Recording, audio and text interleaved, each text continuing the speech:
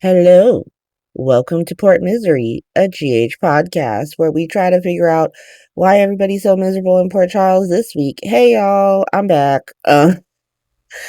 I didn't record last week. I've just been so busy since the quarter started. And I'm actually too busy to be doing this today, to be honest, but I wanted to get something out.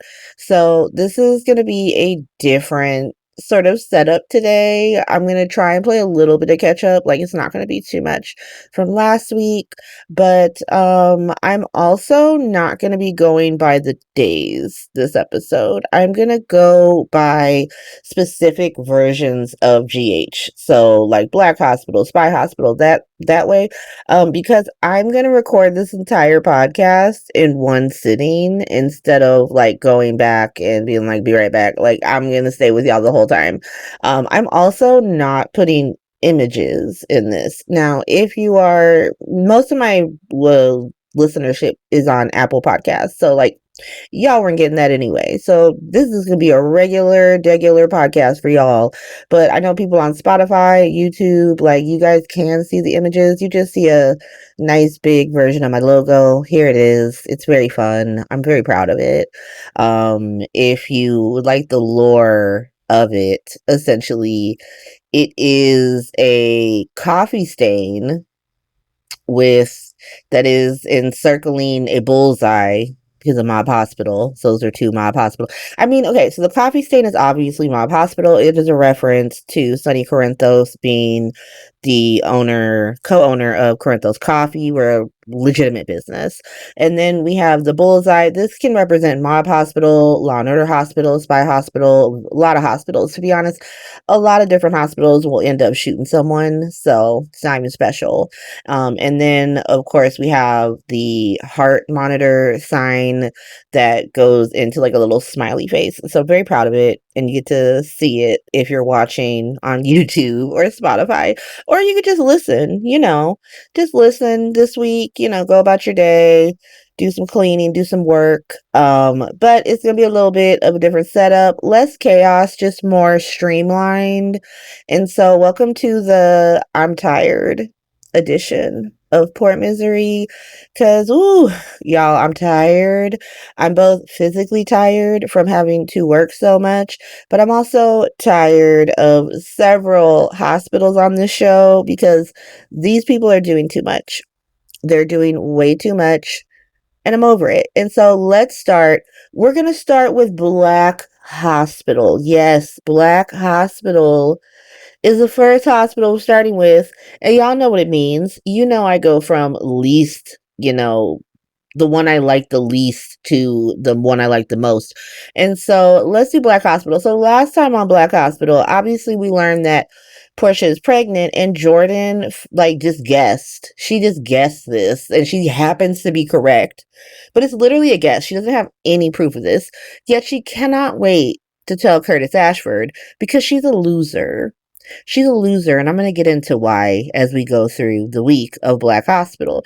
And so on Monday, Black Hospital, we have Isaiah and Portia like secretly dating.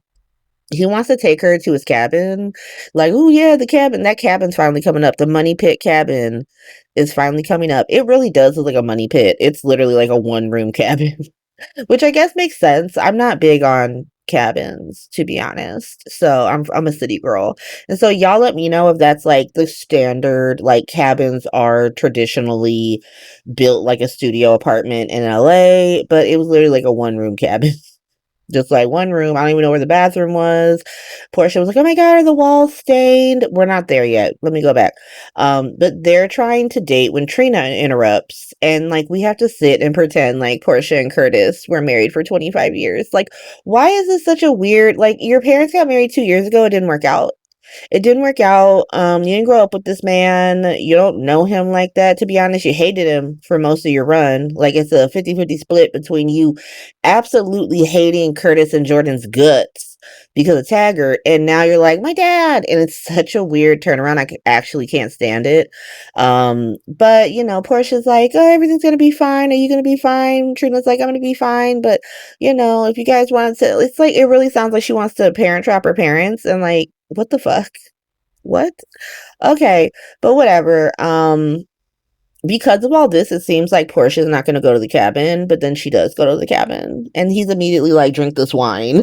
Like, drink this wine, and of course she's pregnant, she can't drink the wine, but that's them. Let's go over to Jordan for a second. So Jordan's at her mob apartment, and she is itching to tell Curtis when he shows up to bring her some form. I don't even know why he needs to bring her a form. He doesn't work for the government, like, what the okay, but like, he shows up at her place. She just magically ordered enough Chinese food to feed both of them, and of course it's everything that he likes. She is such a fucking loser.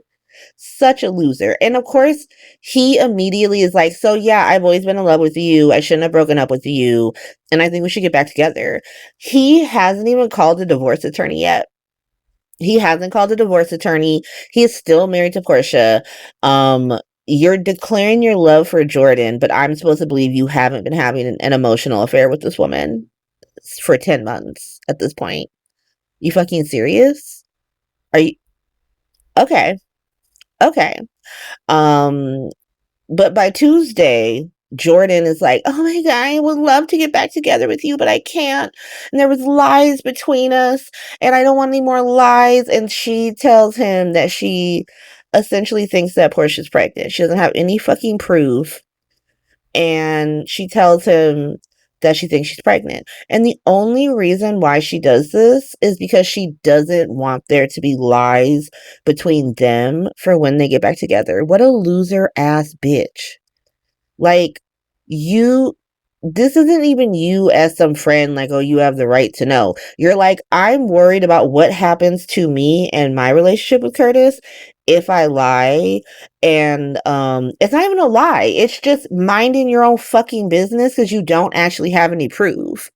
You don't have any proof of any of this. There's an explanation for every one of your suspicions. Like, "Oh, she got sick when she had the mushroom cap. Maybe it was disgusting." Have you ever considered that? Maybe she just doesn't like mushrooms, but this fucking tea party for adults is already awkward enough. So she decided to eat it, and then she was trying to be polite and find somewhere to like spit that shit out. Did you ever assume that? No. No, she must be pregnant. She was talking to Dr. Navarro. She's literally the chief of staff at General Hospital, and Dr. Navarro works there. But yeah, it's so fucking weird that she's talking to Dr. Navarro. It's loser ass behavior. I'm not even saying that Jordan owes Portia anything. I'm saying like she's going out of her way, like Ava said, to shine her fucking halo on Portia's back. That like everything Portia does wrong makes her look good, and she can't wait to exploit that. Like, she can't even find anything on White East African Warlord if she tried, because she's not trying, because she's too busy trying to break up the fucking Curtis marriage and tell everyone that she's not. Like, oh man, I hate her. And so she tells Curtis that, and they just start trashing Portia about like, what if she was never gonna tell me? She's a fucking liar, da da da, and like about all these things that Curtis are owed. Let me be so fucking serious to you. You're not owed a goddamn thing. You're not owed anything until she has that baby and gets that DNA test. You're not owed a goddamn thing. And I actually hate the way Curtis was written this week. I found it disgusting.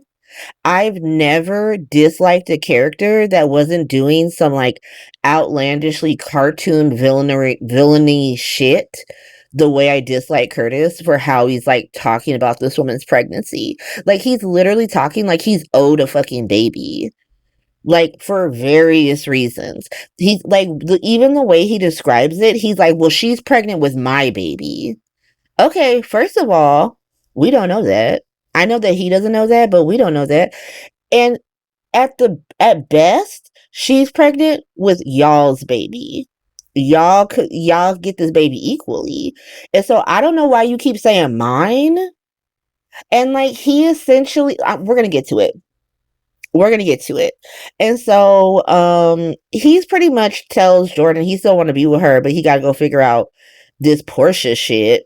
Meanwhile, Portia is getting her back blown out by Isaiah because she's over it. And that's the thing. I think I would be less on Portia's side if she was doing this to scheme and like get Curtis back. She does not want this man. She does not want this man. She's like, you can be with Jordan. I don't have a fucking problem with that. And the baby complicates things, but not really. Not really. It's not like y'all live in different cities. It's not like you live on different parts of the country. Like she lives in LA and you are here in Port Charles. Like you can come get this baby on the weekend. What's the problem? Be with Jordan if you want to be with her. But them making it seem like Portia is this big, like, tainting force of the Jurdis relationship. Fuck that relationship. Both of them actually fucking suck. Like, they're terrible characters. They're terrible people. And the crazy part is that they don't know that. They don't know that they think that they're the good guys here. Like the way that Curtis talks about Portia is the same as how Drew talks about his enemies. They have no redeeming qualities. They are the sum total of their bad choices. That's the only thing that makes up the essence of who Portia is to Curtis. And now anything Jordan does makes her look more saintly. And Jordan knows this. And that's why I do not get upset anytime I see Portia with Isaiah. Like, the only thing, like, I'm not even mad at her not telling Isaiah about the baby because, like, she wasn't going to tell either of them. She said what she was going to do. Let's get to it. Let's get to it. So, like I said, Portia is getting her back blown out by Isaiah. Isaiah gets called to the hospital to do a transplant surgery. And so Portia calls Ava because she's like, let me call my most shady friend who is down for me and not Curtis. So she can't call Nina. And we're going to find out later this week why she should never talk to Nina again because she ain't shit. But Portia calls Ava and Ava is gagged. Because first Portia's like, oh, I need you to be here for Trina, and I'm so worried about Trina. And so Ava thinks something's wrong with Trina. And then Portia's like, I'm getting a divorce. Ava's like, okay. Like, okay, girl. And then she gags her by being like, I'm pregnant and I don't know who the daddy is. And so Ava's like, oh. Bartender, I'm gonna need another drink because shit just got real. But Ava is very much there for Portia. She's there to help her trash Jordan. She's there to give her, cap for Trina. She's like, listen, Trina can understand, but like, if not, I'm gonna be there for her. I'm gonna be there for her. And once again, through this whole conversation, we have to hear about Trina being Team Curtis, and I actually hate that when she barely knows this man. Her mom is the one who raised her, and she grew up thinking Taggart was her dad, and he should still technically be her dad. The erasure of Marcus Taggart is actually offensive. It's offensive. I don't know who asked for this Trina Curtis relationship, but it was not me. It was not me. I prefer to see daughters have close relationships with their mothers, but I don't write this show. I don't write this show. And so let's go to fucking Curtis, since that's the one they care about. That's who the writers fucking care about. Just nothing but cap and cover for this man. Even when he's wrong, he's right. Like, it's actually irritating. So Curtis is now like searching the town for Portia on some she's having my baby ass claim. So I get to be in her presence anytime I want. I get to dictate where she is, who she talks to. Like, it's the worst. Curtis is such an asshole. Curtis is such an asshole. I would never want to have a baby with this man. I would never want to have a baby with this man. Like, as soon as the stick turned blue, I'm going straight to the clinic. I'm going straight to the clinic. I'm not going to be tied to this man. And I kind of wish Portia was on that time. I wish she was on that time. Like, I actually would like to never be tied to you ever again. So I'm getting rid of this. Sorry, bruh. Sorry, bruh. The best I can hope for is that it's Isaiah's baby. I really hope it's Isaiah's baby. I want nothing for Curtis. Nothing. And so he can have Jordan. Go have a baby with Jordan. Like, go. Go have a baby with her. No problem with that. Go have your little replacement baby with Jordan. Like, let's find out that, someone did some shit with the test and that Trina is Taggart's daughter, and then you get no children. You get 0 children. Let's do that story. Let's give Black Hospital that story. Wake that up, writers. But whatever. Curtis is like roaming the hospital looking for Portia. He runs up on Isaiah and it's just like, where's my wife? Like, and Isaiah's like, I don't know. I'm not her keeper. Like, obviously, we know he does know. And he's like, why are you looking for her? And then all of a sudden, Curtis is like, mind your fucking business. Bruh, you rolled up to me asking me where Portia is, and now I'm stepping over the line? Like, bruh, okay. And so Isaiah's like, bruh, I don't know where your wife is, but good luck finding her. And that's so funny because he does know where she, well, he thinks he knows where she is because she bounced out. She bounced the fuck out. But Curtis runs into Laura to talk more shit about Portia to her, and Laura does try to talk him down a little bit, but Curtis is hard-headed and the writers give him cap, and so by the end she's kind of capping for his ass. She does let him know that like whatever Portia wants to do, that's what y'all gonna do, and you just gonna have to live with that. And he's like, well, I'm gonna do whatever I can to like not let this woman have her choices. This show refuses to let men support women. Like, it refuses to let men support women. Like, you could have just as easily said, listen, at the end of the day, I understand that Portia's the main decision holder. They didn't have him say that. They just had him say, like, well, I'm just going to badger her until she agrees to my terms. What a fucking asshole. What a fucking asshole. I'm so mad about this. Is why I had to get Black Hospital out the way, because I fucking hate this character. I hate this man. Like, Drew has no reason to hate him, not like I do. And so, and so let's go to Thursday real quick. Um, Curtis tries to run up on Portia at her office, and she pretty much calls him and Jordan losers. Like, the fact that Jordan even told you this is how I knew you were having an emotional affair with her ass, and you both fucking losers, and you can have each other. You can honestly have each other. I do not care. Like, he's just like, well, you're having my baby. What, you trying to get rid of my baby? Da, da, da, da, da. Portia's like, no, I never actually considered having having an abortion. But since you brought it up, like, you are an annoying ass asshole. We don't want to be together. So what's the problem? The baby changes nothing. And he's really like, let's stay together even though I don't want you. I want to be with Jordan. I literally told Laura that I want my baby in Jordan. I want her to have this baby. I want Portia to be a human incubator. Pop this baby out, hand it immediately to Jordan, and then me and Jordan and this baby live happily ever after. Trina can come live with us. Like, he wants to replace Portia in his fucking family with his ex-wife that he left for Portia. What a fucking asshole. Why have you done this to this character?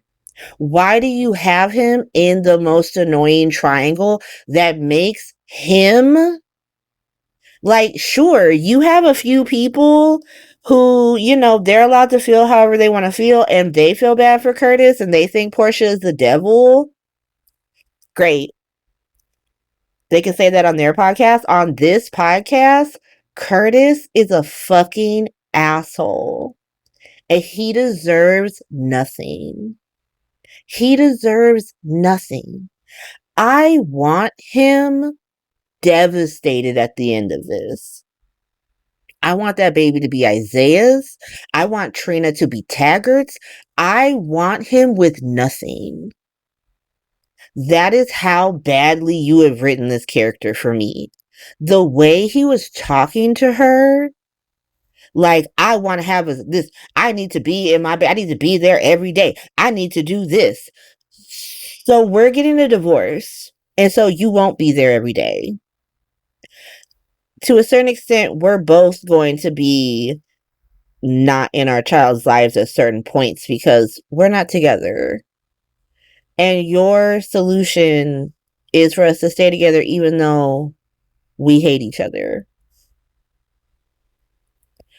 And so, just to be fair, I did not like that Portia. I get why she, at this point, it's probably to do with stress and that it's going to cause a fight and Isaiah's going to get involved. But, like, I really wanted her to crack his face and tell him that she'll let him know if he even needs to care about this baby because it might not be his, to be honest. Like, go be with Jordan. Go be with Jordan. But she didn't do that. And like I said, I have more excuse and cap to give for her than anyone else in this situation because Curtis is a fucking asshole and Jordan is a fucking loser. Let's get back to her. So at a certain point, because she was like, Jordan was talking to the DA, we'll get to that in Law and Order Hospital, but like Laura runs up on Jordan to ask about White East African warlord because that's why she quit being the deputy mayor. She's supposed to be getting like evidence on this man, and she's like, I have nothing because I've been too busy having an emotional affair with fucking Curtis Ashford. And she admits that she's always had feelings for Curtis that she kept at bay until she knew that Curtis wanted her too. So Portia was right to throw lemonade on you, is what you're saying. Portia is right. You have been positioning yourself to be the most important person in this man's life besides his wife since jump. That's what you're saying. And so you have been gaslighting this woman for months and months and months, telling her that you didn't want her man when you did. That's what you had Jordan Ashford say, writers. You had Curtis Ashford gaslight his wife for months, telling her that he didn't want Jordan when he did. That's what you had him say this week. I just want to make that very clear to y'all, that you have confirmed that they have been having an emotional affair all of 2025, fighting feelings, and telling Portia that she is completely wrong and borderline offensive to ever accuse them of doing such, which is a lie. And then had them turn around and act like her lies were the actual problem in the Purtis marriage. That's what y'all did. And you really want me to be Team Jordan and Curtis and feel bad that this baby inconveniences their fucked up affair, and that Portia won't just act as a human incubator and give them the baby so they can live happily ever after? I don't. I don't, and I never will. I want nothing but misery for Jordan and Curtis. I hope Jordan goes to jail right along with Whitey's African warlord. I hope he's got her so deep in this shit and she don't know because she's been too busy having an emotional affair to see that she signed a bunch of shit that makes her liable when all the shit goes down. I want Curtis Ashford childless. I want Jordan Ashford in jail. She can go to the Oxford Extended Universe with her son. And so that was Black Hospital this week. I hope you enjoyed it. Moving on, let's go to Young Adult Hospital. This is going to be real quick. Because the show don't care about the story. These two are so peripheral to everything else that's happening. They're just like a plot point that we got to get through. Like, we started it, so we got to finish it. But the last time on Young Adult Hospital, like, Lois was forgiven by everyone, including Gio, except maybe Olivia and Tracy. But I don't think the show cares about that, to be honest, because Lois is leaving the show, and so they wanted to get like Gio and Brooklyn like, yeah, okay, it was fine, even though it was not fine. It's whatever. But it kind of drives forward this stupid conversation on Monday that Gio's having with Emma, where he's like whining about Brooklyn and Dante. Like, oh my God, I don't know because they're not my parents, and da da da da, but I made up with Lois. And, yeah, exactly. How the fuck did you do that? So you made up with Lois, but you didn't make up with Brooklyn and Dante. They didn't even do anything. They didn't do anything to you. You're just fucking mad. You just made up that they didn't want you. Dante didn't even know. You acknowledged that. So you're just still mad about the Rocco's hospital incident, which say that. And then Brooklyn, like, she's explained to you like what choices mean and what she wanted for you and how they were disrespected, and you're just like, she didn't want me. Grow the fuck up. Grow up. Grow up. I don't want to hear this anymore. At this point, I don't want Brooklyn and Dante to have a relationship with this kid because he's an ingrate. He's like on the ingrate kid list, like fucking Willow. And so I'm over all this. I'm over all this. Emma tries to give him cat, being like, "Oh my god, I just have a lot of passion too," because he was talking about how he lost his passion for violin. She was like, "I just have a lot of passion about animals." He's like, "Yeah, let's do that honey pot. Let's do the honey pot. I want to do the honey pot. That'll help me, get over this Brooklyn Dante situation, honeypot hospital." And so we're gonna come back to that. We're gonna come back to that because that honeypot goes into a lot of other hospitals. Let's go to Rocco's hospital real quick. Let's go to Rocco's hospital. So last time on Rocco's hospital, Rocco was lying to Lulu's face with Charlotte's help. Remember, like, Lulu knows that, like, well, Rocco went to dinner with the Westbournes, and then Charlotte knows about it. Lulu knows because Nathan told her, and so now she freaking out. And so Monday, you got Lulu freaking out about Rocco lying. So we can see the raggedy fucking Westbourne clan. Nathan tries to like make it better, like, well, I'm Brit. She's not that bad. Yeah, she is. She has been nothing but a fucking asshole to Lulu since she got back. And so, no, she can't see her son. And Nathan is kind of like, look, anytime Rocco is with my mom or my sister, I'll just be there and you can trust me. And that does make Lulu feel a little better. And he tries to tell her, like, maybe like he doesn't tell you because he doesn't want to hurt your feelings because he could tell that you're so, shooken by it. And so she's like, ugh, okay. And he leaves. We go over to Rocco, who like starts Monday being berated by Delusional Hospital over at Monica's hospital because Drew was trying to talk to Ronnie. It was a whole thing. Drew was trying to talk to Ronnie and be like, I've been so mistreated.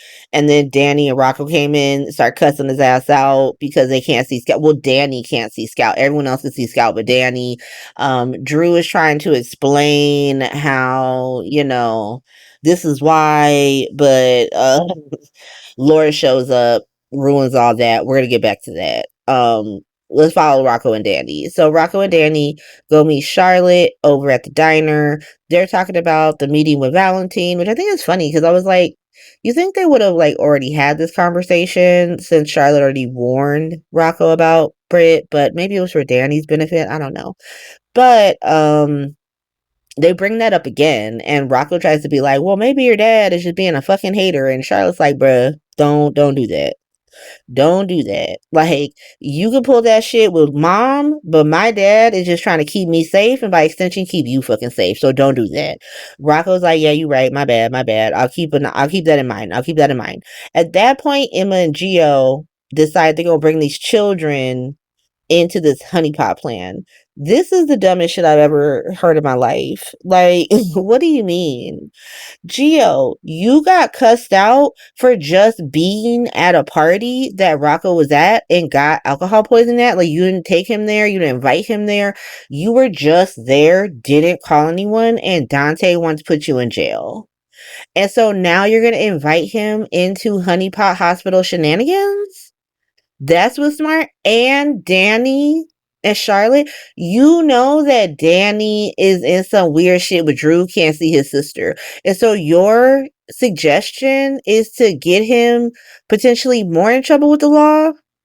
Are you fucking kidding me? Like, this is so weird. I'm not saying like it's not a cute story to put the kids in. I'm just saying if you think about it too hard, and you think about what these kids got going on, what they're dealing with their parents, and in terms of like being honest and not lying to their fucking face, it's crazy that these two adults, because Gio and Emma are adults, they're in their 20s, and so this is not a situation like, oh my god, we're all teenagers. Y'all are not teenagers. You should know better than this. But whatever. We don't see Rocco's hospital again until Wednesday. And then that's when Lulu calls Dante over to tell him that Rocco is out here lying. Dante is like, bet, I'll get his ass down here right now, cuss his ass out. Lulu's like, no, no, no, no, no. We gotta approach this lightly. I think this is my fault. I think that they're not like comfortable talking to me. Dante is like, bet. And as soon as Rocco comes in the room, he just immediately starts interrogating Rocco, just not caring about what Lulu just said. He's just like, so bro, where were you? Your mom was in Switzerland with your sister. I was at work. You supposed to be at Grandma Olivia's house. Where were you? What happened there? And he just starts lying. He was like, Charlotte tries to give him cap and cover. She's like, oh my God, Dante, let me tell you about Switzerland. He's like, nah, girl, I'm glad you had a moment with your dad in prison. I'm talking to him. What happened there? I think him or Charlotte is like, oh, he was with Cody. Cody in the stables, helping with the stables. Dante's like, oh, you were doing work? You were putting in work? You should get paid. Did he pay you? Like, because if you didn't, I'm gonna call his ass right now and be like, why you got my son doing slave labor?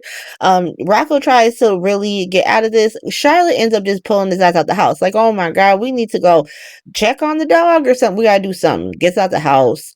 Lulu tries to be like, bro, what the fuck? I said that I was trying to be cool about this, and you just immediately came in and started interrogating his ass. Dante is like, listen, I hear you. I get that you got some weird parenting moment you're trying to pull off, and I feel that, right? And this shit is more serious than you think because Anna thinks that Britt is working with Faison's ghost. And so we just can't have our son around her ass. Like, if she gonna be around her, we need to make sure that Faison's ghost is not there. And so now they're worried about that. At the same time, because like I said, Nathan's the one who like let it drop that Rocco had gone to dinner. And so he goes to GH to read Britt for Phils and tell her to stay the fuck away from Rocco. Britt is really acting all shocked by this. She's like, so everyone can see Rocco but me. Oh my God. She's like all hurt. Bitch, why are you acting like you didn't do what you did to Lulu? Why are you acting like you didn't tell her that that was your son, called his ass Ben, did all this extra shit, and now you really shocked that she's not cool with you, that you are the one person who's not allowed to be around this kid? Be so fucking serious. Be so fucking serious. Nathan does make a weird comment about how his situation is similar to this, how like Spinelli got his kid and he needs to be with him.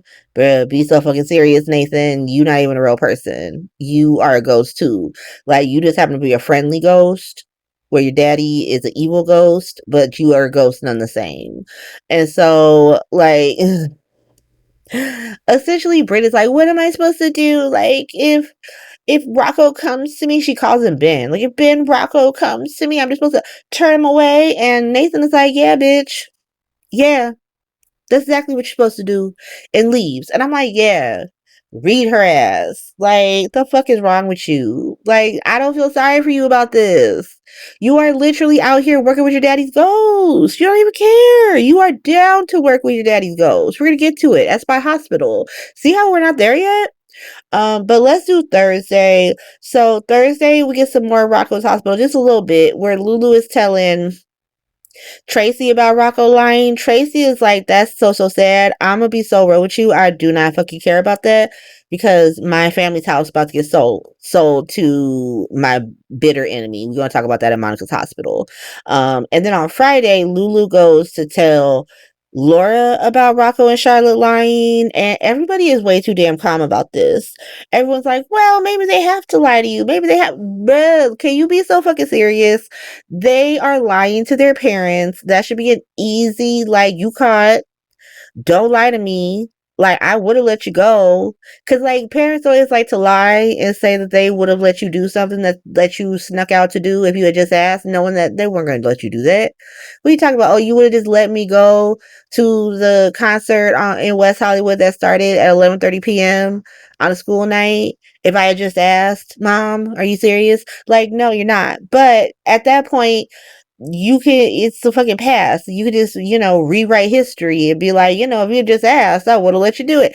Like, girl, why is everyone just like, well, maybe you should do this or maybe you should do that? I was with Dante. Maybe we should punish these fucking kids and let them know they can't be lying to us. The fuck is wrong with y'all? But Laura's out here with her hippie parenting, like, ooh, this is what you gotta do. And everybody's too calm about this. And the crazy part is that Britt is involved in the shenanigans, but they don't even know that yet. Because like Charlotte does back on Wednesday when she gets Rocco out. She's like, here's what's up. They clearly know what's up. Like, they're not dumb. So, like, Dante wouldn't be interrogating us if he didn't already know that you were out with these people. So, you gonna be honest and tell them so they don't figure out that we're doing honeypot hospital. And so, your kids are out here doing honeypot hospital. You need to start punishing them because they don't have any discipline. All right. They just think they can walk all over y'all. So, you need to start cracking the whip on that. Because what the fuck? But that is Rocco's Hospital. That's Rocco's Hospital.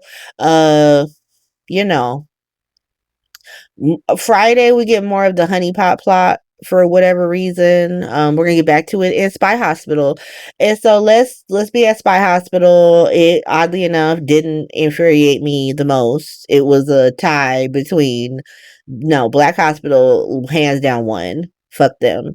But young adult hospital and Rocco's Hospital. I'm like, oh my god, punish these kids. Punish these kids, cut these kids off. They're in grades. They're in grades. And so let's talk about Spy Hospital. Last time on Spy Hospital, Carly found out that Joss is a spy and she's pissed off. And so she went to see Valentine at Steinmauer in a Lisa Loeb Party City wig.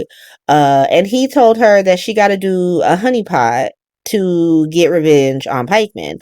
And so Honeypot Hospital rides again. We'll keep Honeypot Hospital alive even past, Emma, because she might be out her honeypot era. Unfortunately, we're going to talk about it.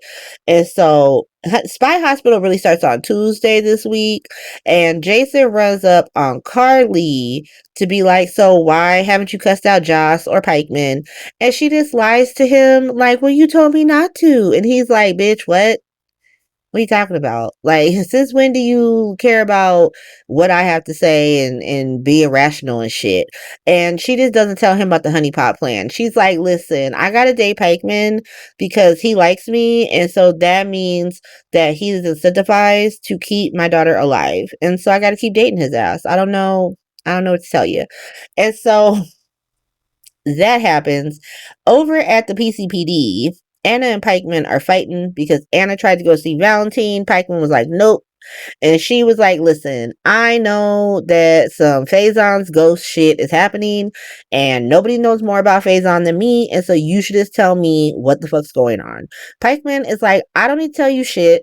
To be honest, you're not a spy. You work at Law and Order Hospital.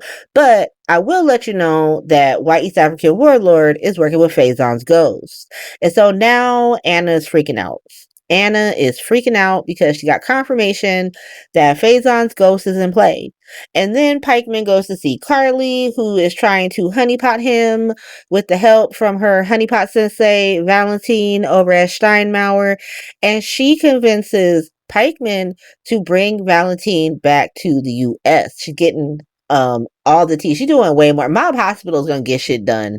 The Mob Hospital is gonna do one thing, is get shit done, and it is playing the hell out of Spy Hospital. It's embarrassing. But finally we go see, well, this is just for Tuesday. Jason goes to see Anna to try to get Joss out of the WSB. Anna's like, yeah, I don't know if we could do that. I'm gonna be so serious. I don't know if we could do that. The best we could do is like maybe get Pikeman fired, and then she would have a better boss, like say me. And then she wouldn't have dangerous missions. She'd be like a secretary and you won't have to worry about that. And Jason's like, bet. And then Anna tells him about White East African Warlord working for Faison's ghost. So now White East African Warlord is both, we're going to see which hospital he stays in. He's both in Mob Hospital, but now in Spy Hospital, if you haven't noticed. And so Friday, we see White East African Warlord's first entrance into Spy Hospital because most of his stuff this week is in Mob Hospital because he's still, he's still messing with Sunny. He loves to mess with Sunny. He loves Mob Hospital. He cannot help himself, but he's got to be in Spy Hospital too now. And he comes to tell Kane from YNR that he works for Brit now. Like, you've been working too slow, trying to sexually harass young women. I can't have it. And so you work for her ass now, this Faison's daughter. Kane from YNR tries to get her to flip on White East African Warlord and sell their shit, whatever the fuck they're doing, to a new buyer, but they're interrupted by Emma, who's like, bitch, what the fuck are you doing here? Like, the fuck? And so, like I said, Emma was trying to do more Honey Pot Hospital on Friday, and she was like, "Ooh, I'm gonna flirt with Kane from Y&R," but unfortunately, that's out. That's out because he worked for Brit now, and you can't flirt your way in there. And so Carly Spencer is gonna have to keep Honeypot Hospital alive for the foreseeable future, because the only person who's potentially getting into that lab now is Rocco, which explains why the children need to be in this storyline, because Brit has become a part of it. Um, let's end out Spy Hospital. Carly is just continuing to snow Pikeman. He doesn't even notice that she compares him to Drew buying the Q mansion. He does not pick up on it at all. He's just like, "Oh my god, I'm so glad you like me." Bruh. Bruh. Okay. But Lulu shows up, and Pikeman tells her that he's moving Valentine back to Port Charles, because you better believe they put in Valentine in fucking Pentonville. Like, we're gonna find out that Pentonville is also a WSB holding prison. Because what are we gonna get another site? They're not taking him to like Midwestern prison or whatever, wherever the fuck they have Nicholas. And so, or do they? Do we have a Nicholas encounter? I don't know. I don't know. But that's Spy Hospital. Let's go over to Law and Order Hospital. This is very quick moment at Law and Order Hospital. Last time on Law and Order Hospital, we learned that Chase lost his damn mind over Willow, and now he's like dedicating all of his free time to making sure she goes free and putting Michael in jail. Like, bruh, okay. Just all based on vibes. Just all based on vibes. Like, I looked at Willow's aura, and like, she couldn't have done it. She could not have done it. But the only thing that Law and Order Hospital is really doing this week, and I almost put it in Mob Hospital, but I was like, fuck it. I'll put her in her requisite hospital. So Horny DA asked that loser Jordan about how to take Sunny down. Remember how I told you Jordan was talking to the DA? And so Jordan's like, "Well, when I was police commissioner, we could never get him. But he did try to, Dante almost got him, but now that's his son. That's his fucking son." But I guess that the like horny DA gets the idea of like trying to wine and dine Sonny to take him down. And speaking of Sonny, he's across the fucking restaurant with Laura telling him that they gotta squabble up with Drew, and he's like, "Bet, let me go flirt with the horny DA." And so now they have the same plan, essentially. Like, horny DA and Sunny are both trying to like honey pot each other, and so she gets to join a long list of like FBI agents and prosecutors who eventually fall in love with Sunny before he leaves them for Carly or Brenda. Like, congrats, girl. I'm guessing since you're a Brenda bot, either they bring Brenda back or they just have him leave you for Carly. It's fine. Anyway, the last thing we get is like Friday. I didn't know where to put this. I did not know where to put this. Martin tells Laura that he is still working for Drew, and she's disappointed, but she's also like shrug. Just setting up for when Martin is caught next week and everybody's mad at him, and Laura's like, "He can't live here anymore because I can't allow that." Like, that's actually crazy. Um and then we finally see White South African Warlord go to see Laura to tell her that she's going to work for him now, even if she doesn't want to. And so that's Law and Order Hospital. Like I said, super fucking quick. Let's go over to Mob Hospital. Yes, my favorite. Mob Hospital. It didn't win this week. It did not win Monica's Hospital, but they kind of go into each other because of Michael. But we got to start at Mob Hospital. Last time on Mob Hospital, everyone thinks that Michael did that shit and that he's framing Willow. And Michael's getting real tired of it, to be honest. Like, he's so tired of his whole family, except for maybe Christina and Carly, think he did that shit. And they're just like some of, like, it ranges, the responses range from, "You gotta turn yourself in," to we got to cover it up better, son. Like, it's fine if you shot that man, but like, you're going about it so poorly. And it's actually funny. Michael's so fucking tired of it. And so let's go to Monday. So Latino, no, we're not there yet. Sonny shows up at the Metro Court. He sees Latino's son, goes up to taunt him for some reason. He's just like, "Ooh, hey, heard you work for Alexis. I heard you be, don't get kidnapped again." Just like being a menace for whatever reason. Latino's son is so mad. His dad, Whitey's African warlord, shows up to talk with him and Martin about that Measure C nonsense, and he's essentially, Martin's like, "Oh, I don't know if like Drew's gonna do that," and Whitey's African warlord's like, "Yeah, he is. Don't even trip, because remember, Drew's his bitch now, so it doesn't matter." But they're talking about that. Christina comes into the restaurant to tell her dad that Alexis is gonna try and pin this on Michael because she's Willow's attorney, because it's the only way they can see Scout. Um, Sonny pretty much implies to Christina that Michael did that shit. Because Christina's like, "What does it matter? Because Michael's innocent." And Sonny's like, "Is he?" Is he? And so they're talking about that when White's African warlord comes over to see Sonny and ask for fake peace because his son is super annoyed that Sonny is still alive. And Sonny just like calls him a little bitch for doing all this shit in Port Charles, like blowing up buildings and kidnapping people and murdering judges, but not standing on business about it. Like, it's be one thing to like just deny it, but like you try to pin it on other people like a bitch, and I can't respect it. It's so funny. Um, but that happens. Tuesday, we go over to Michael, who is like, "I refuse to be run by my dad. Like, I'm sorry, I'm making my own moves. I don't care if they're dumb.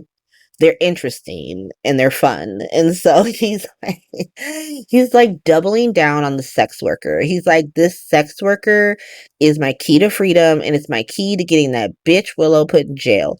But I need to like my fair lady her. I need to like, spit shine her, get her all ready for society." And so he decides to get random sex worker a job at Crimson. And of course, Nina is like, "Nah." Absolutely not. And now Nina was with Ava talking about how she's got to save Willow. And Ava was kind of like, "Girl, you got to stop trying to save Willow. Like, every time you try to save Willow, you make everything worse. And so, why don't you just stop trying to save Willow for a second and just let Alexis do her job, because she's like a good attorney."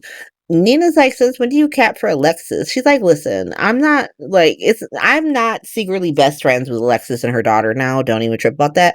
All I'm saying is that she is a great attorney, and you're just making it all work." Make it all worse. And here comes Michael, like, "Here's your new assistant, random sex worker." I heard you already know her ass. Because random sex worker had told Michael that Nina paid her to drug Drew. And so Nina was like, "I'm not going to have her be my assistant. She's a sex worker." Michael's like, "Okay, and you're a bitch who makes up fake alibis for your daughter who shoots Congress people." I love sassy Michael. I love sassy Michael. Also, Michael seems really confident that Willow did that shit. That's all I'm going to say. He seems very confident that Willow did that shit. But Nina is trying to protest. She's like, "You did it, and I'm not going to have her be my assistant." And like, Ava's like, "Yeah, she'll do it. She'd love to do this shit. She would love to have this working girl as her goddamn assistant. Like, go with it, Nina." And so Michael's like, "Bet, Ava, get the fuck out so they can bond or some shit." As soon as Michael and Ava leave, Nina tries to buy off random sex worker. Unfortunately, it does not work, because by Wednesday, Drew comes in and scares her off with Delusional Hospital. Now, Delusional Hospital is not getting its own segment. It's just going to be tied into the next two segments because Drew is a menace. And so Drew comes in, scares off random sex worker, who immediately calls Michael and tells him what she did, what Nina did, essentially. So he ruined it. Drew catching up on Delusional Hospital real quick, Drew got Alexis to be Willow's attorney by selling his daughter in 15-minute allotments to her. This man is such trash. This man is trash. But he's ruined essentially this plan that Nina possibly could have had by, threatening random sex worker again. And so Drew and Nina argue about whether or not Nina is an ancient person. And Nina's like, listen, I just bought off random sex workers, so everything's gonna be fine.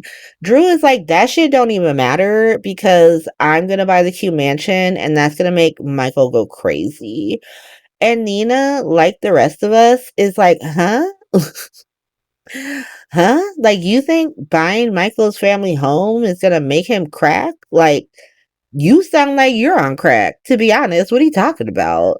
But, he's delusional. He's the chief CEO of Delusional Hospital. And so, what do you expect? But like I said, none of that fucking matters because, like, at least Nina's portion doesn't matter because sex worker called Michael to tell him about Nina's offer, and Michael tells her, that he's down with sex work. He used to be in love with a sex worker who got crushed to death by a crane one time, and he's not offering her money because he thinks that she's for sale. He's offering her money because she's literally his only hope. Like, you have all the power, girl. And he's like, oh my God, I love that you used to date a sex worker. It gives me hope that you will one day date me. And decides to stay Team Michael. Now, Ava tries to warn Nina that she needs to get downstairs because whatever the fuck she did is backfiring. But like I said, it's too late. Random sex worker is Team Michael. And so, Friday, Drew tells Nina that he's gonna frame Michael, and she's like, no. Bruh, no. Like, this is a dumb plan. It just sounds made up. It makes Willow look worse. Like, you and me gotta stop trying to save this bitch and just let Alexis do what she do. Drew's like, nah, fuck that. And fuck you, bitch. You're never gonna see Willow again. Gets up to go taunt Michael. Now, Michael is across the restaurant again with Sunny, um, who is essentially telling Michael that no one feels bad for his ass. Like, if they're putting you up against Willow, like, Willow was in a cult, she lost a baby, she has to deal with both Mob Hospital and Monica's hospital, and potentially Delusional Hospital, because Alexis could spend that. It's just like, if we're looking at like who do we feel worse for, it's not you, bruh. And now I disagree, just because Michael's been through a lot just growing up in Mob Hospital. Like, he got shot in the head and he had to save his mom, he had to go to prison, he just got firebombed, his wife banged his uncle. But like, Sunny's right. Like, to be honest, her and her white woman tears are gonna look way better than you scowling across the fucking courtroom telling everybody who will listen that Willow's an ancient person. And so you just don't see it. She's terrible. But Michael just starts having this temper tantrum and Sunny just looks so tired. Like, bruh, you know that I'm on your side. I'm just trying to be so fucking real with you. That's when Drew comes over and Michael doesn't punch him. And Sunny is so proud. Sunny's like, okay, well, maybe you're gonna be fine. But Michael's like, whatever, I gotta go to the Q mansion and go deal with Monica's hospital. He leaves his whole breakfast to go see Drew potentially by this house. It's crazy. And so finally, the last thing in traditional mob hospital, because Michael's about to go over to Monica's hospital. Last thing in traditional mob hospital, Nina decides to throw Portia and Black Hospital under the mob hospital bus to save Willow.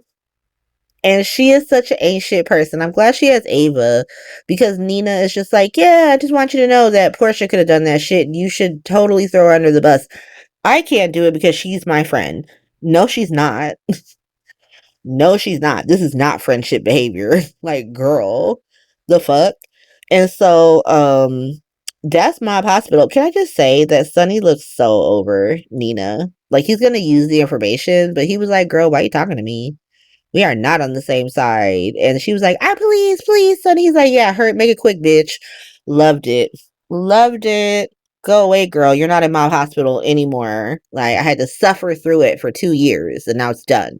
And so finally, last but not least, Monica's hospital is back on top.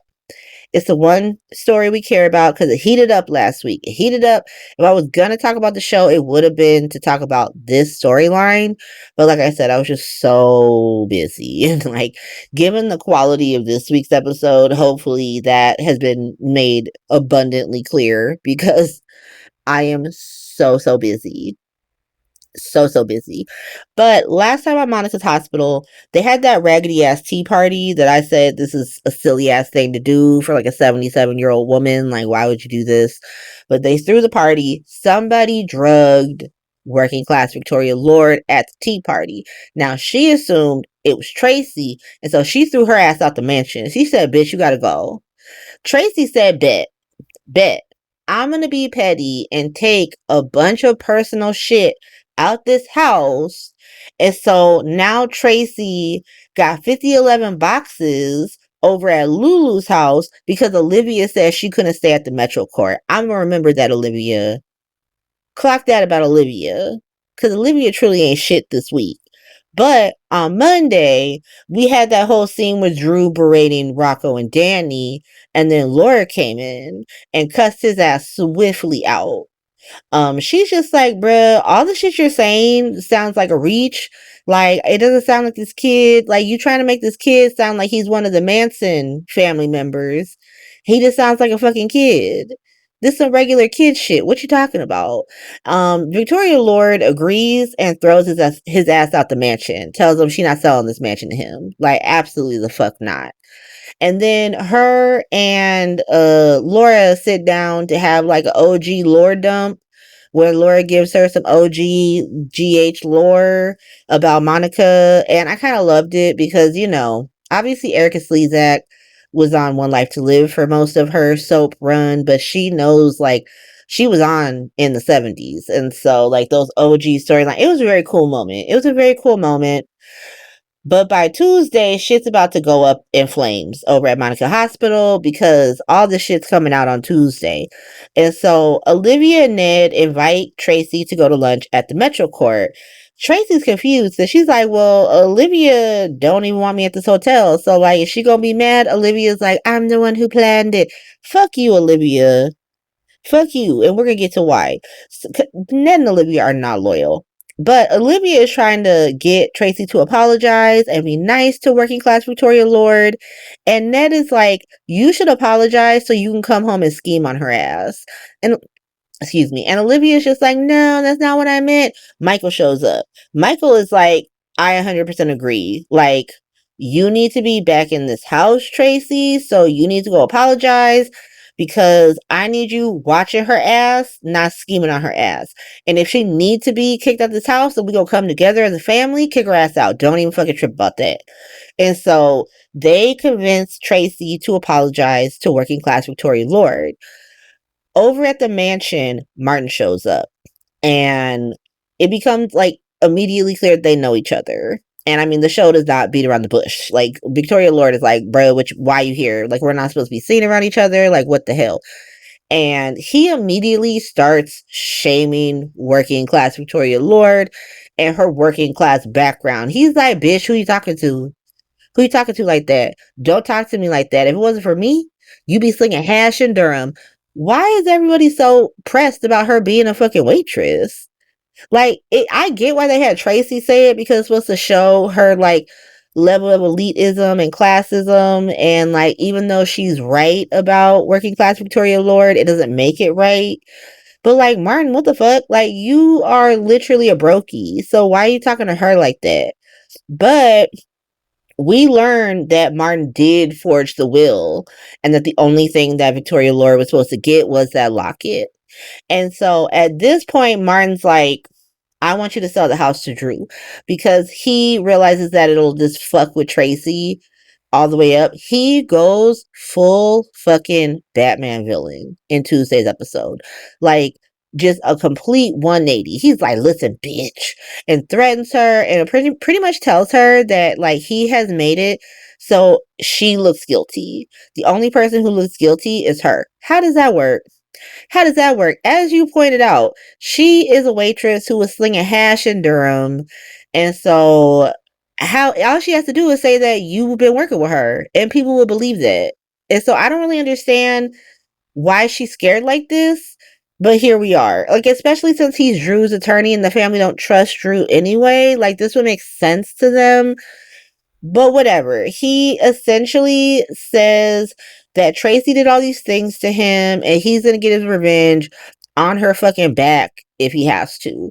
And let me just say, even what he says Tracy did to him is not that deep and completely brought about by himself. Like, you didn't pay these women alimony. What are you talking about? That's why you went to jail. Like, you mad that she gave bitches a phone call and a heads up? Like, that's the most gross girl she ever been. Like, I'm supposed to feel bad for Martin Gray that Tracy was out here being a girl's girl? You fucking serious? Okay, show. This is what I mean about shows, writing for these men. Like, at least with Martin, I know that they want him to be the villain in this. But, like, I feel like y'all didn't listen to yourself when you gave him and Tracy beef like this. He should still be beefing about what she did to break up him and Lucy. Fuck these ex-wives. You did that shit, not Tracy. But whatever. He's saying how like he had to do what he had to do, and after everything Tracy's done to both him and her, like she drugged you shit. Like she drugged you. Like what the fuck? And working class Victoria Lord realizes that it was Martin who drugged her, not Tracy. That everybody was right, that Tracy was staying 10 toes down on that shit if she had done it, but she didn't do it. At that point, Martin's had enough and he just threatens her ass. He's like, listen, like I said, the only person who looks guilty is you. And so you about to do what the fuck I say, or I'm gonna have you put in jail. How about that? And so, catch me outside. How about that? And so I'm like, ugh, working class Victoria Lord, you are a weak bitch. But at that point, he leaves. Tracy and the Q show up to, so Tracy could tell her that she's sorry. And working class Victoria Lord tells them that she's selling the house. And so at first, Tracy is like, nah, we're not doing that. Like, then she's like, cool, sell the fucking house, sell it to Michael. Ned and Olivia are so fucking quick to turn on Tracy. So working class Victoria Lord's like, no, I'm not selling it to Michael. I already got a buyer. Like, y'all just have to deal with it. And then Olivia's like, is it because of Tracy? Because we can throw that bitch out now. Like, she can go too. I hope that Tracy gets this house, and I want her to remember that. And I need at least Olivia out the house. Probably Ned too. Leo can stay. I need Brooklyn prostrating herself to her grandmother because I did not forget that she turned on her after that fucking tea party. Michael can stay because Michael's been sufficiently side-eyeing her. And Jason can stay because Tracy, you were wrong for what you said to him. We'll get to it in a second. But, they are so quick to turn on Tracy and be like, listen, if you want us to throw Tracy out, we can do that shit right now. Don't even trip. Like, that's a rite of passage, kicking this bitch out the house and making her go away. At that point, Drew comes in and tells the Qs that he's the one buying the house. And at that point, everybody gets what type of weak bitch Victoria Lord truly is. And Tracy tells her that shit. That, like, you are a weak bitch. You know that Monica would not want this man to have this house, and you selling it to him. That makes you a weak bitch who has no connection to Monica. I was right. Y'all were wrong.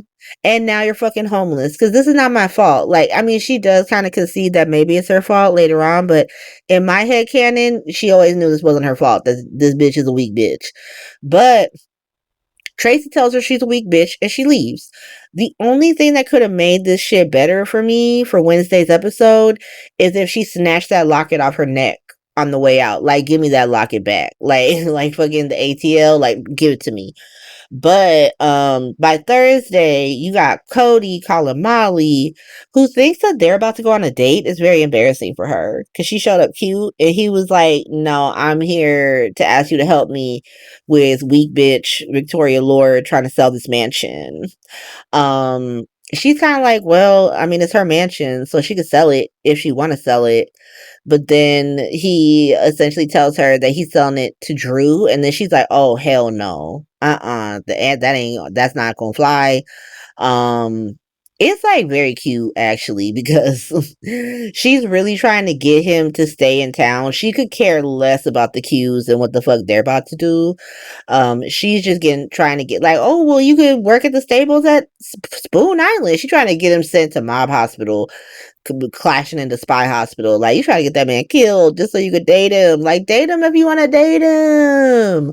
But we're gonna come back to them in a second. We got to go to the random bar set because Tracy is over there drinking with Lulu at the random bar when Martin and Drew roll up to taunt them.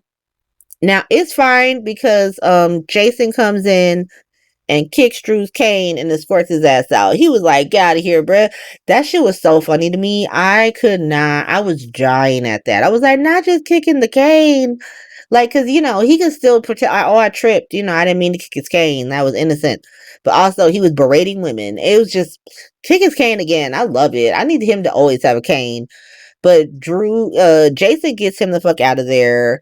Then Tracy reads Jason, of all people, for being working class Victoria Lord and not challenging her when she got the house. Now, Jason had brought Britt to the bar to celebrate buying her a car because that's their relationship. And so when Tracy leaves, she could tell that he does feel bad about that, and he tells her that he he knows that Tracy's right because like him and Michael could have challenged that will. They probably would have won, and then this wouldn't be happening. But he had just gone against Monica's wishes so much over the past like 30 fucking years that he just wanted to do something to honor her, and now it's causing all this. And so it was kind of a nice moment between the two of them. He ends up asking her to like take him for a drive, even though she's a raggedy bitch who's about to be working for her daddy's ghost. So we'll see how it happens with Jabrit. Jabrit is on shaky ground right now. But let's go back to Molly. So Molly, like I said, is trying to get Cody to stay in Port Charles so she could date him. When Drew comes in and pretty much threatens her with Scout some more when she tells him to leave because he don't own the house yet. Like Cody trying to get him to leave. Molly's like, you didn't buy the house yet, bro, so you gotta go. Drew is like, well, I would think about Scout before you get attitude with me like this. Molly's like, bruh, I don't know what to fucking tell you. Like, I'm just telling you what it is. Like, you don't own the house yet, so you legally don't have a right to be here. Um, it's Drew and Martin are menaces. Martin is really crashing out for the dumbest reason possible. Like, I guess Martin's about to leave the show, I would imagine, but we'll see what happens. But the episode Thursday ends because Thursday and Friday end with Monica's hospital with the big revelations. So Lulu takes Tracy home where she just like breaks down about how sad she is because she does kind of blame herself like, oh, I did drive working class Victoria to it, and like if I had been a little bit nicer then maybe we could have like talked her into selling, yada yada yada. But Lulu's like, look, everything's gonna be okay. We're gonna go through all the boxes, we're gonna try and figure something out, but you just gotta go to sleep. And the final moment of Thursday's episode pans to the top of one of the boxes. I think it's the one that has Alan's diplomas in it. And we see the actual will of Monica. And so the shit's coming out next week. Like, thank God. It's all coming out next week. Excuse me once more. Because the final episode is not the final episode, the final segment of Monica's Hospital on Friday is pretty much everybody running up on working class Victoria Lord to tell her she fucking sucks for selling this mansion. Like everybody, Carly, Gio, Michael. Um, we also have like it seems like this is the first time Carly and working class Victoria Lord are meeting, which is weird because like hasn't she been to Bobby's every day eating BLTs, but she hasn't met Carly yet? Like, whatever, girl. You can't have one today. Not with this news. Because, yeah, Carly's like, yeah, you're kind of an A-shit bitch for this. And so does Gio tells her. She ends up going back home. Michael runs up on her ass. And he's like, listen, whatever that man is offering you, I'll double it. I got the fucking money. Like, I don't care about money. I care about honoring my fucking grandmother, and she don't want that man to have it. Like, what are we talking about? And she starts to break and tell him that, like, she has to sell it to Drew. Like, she just can't not sell it to him. And, like, right when he's about to get something out of her, Drew and Martin show up. Drew and Martin show up and are pretty much like, whatever, bitch, sign these papers. And of course, we're acting like if the will, like, if she signs this paper, there's nothing we could do. Like, no, if they lied about the will, then she didn't have the right to sell the house. And then he can get all this money back from her. They could all go to jail. Like, but whatever. We're acting like if she holds off on signing it, that means something. Because, like I said, we know that the will, the actual will, is over at with Tracy. And so Tracy is at Lou's house. She's going through the boxes finally. Lucy comes over to have like a classic haters nostalgia conversation about how like Lucy understands that she's probably one of the oldest characters on the show. Like not age wise, but she's been on the show very like for a really long time. It's like her and Laura and a handful of other people. And so if like Tracy want to talk about the past with someone who was there, like she gonna be there for her, even though they op with each other.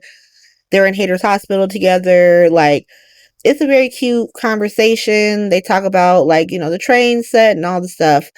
And Lucy leaves and Tracy ends up finding the real Will in the last like 15 seconds of the show. And so next week we're going to have this big dramatic like race to get to the house, to the mansion, to stop this sale because like obviously working class Victoria Laura does not have a right to sell it.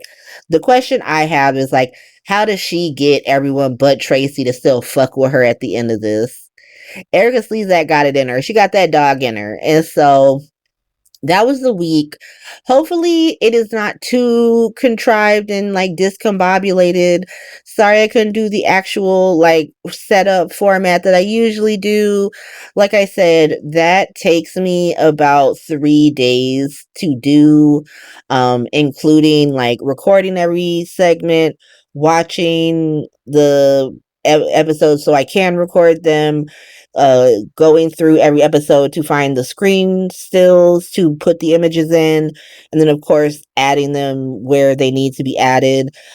This is the way I could get this out today on Sunday at a relatively decent time, by just sort of mass recording everything, immediately uploading it with my logo and just giving it to y'all.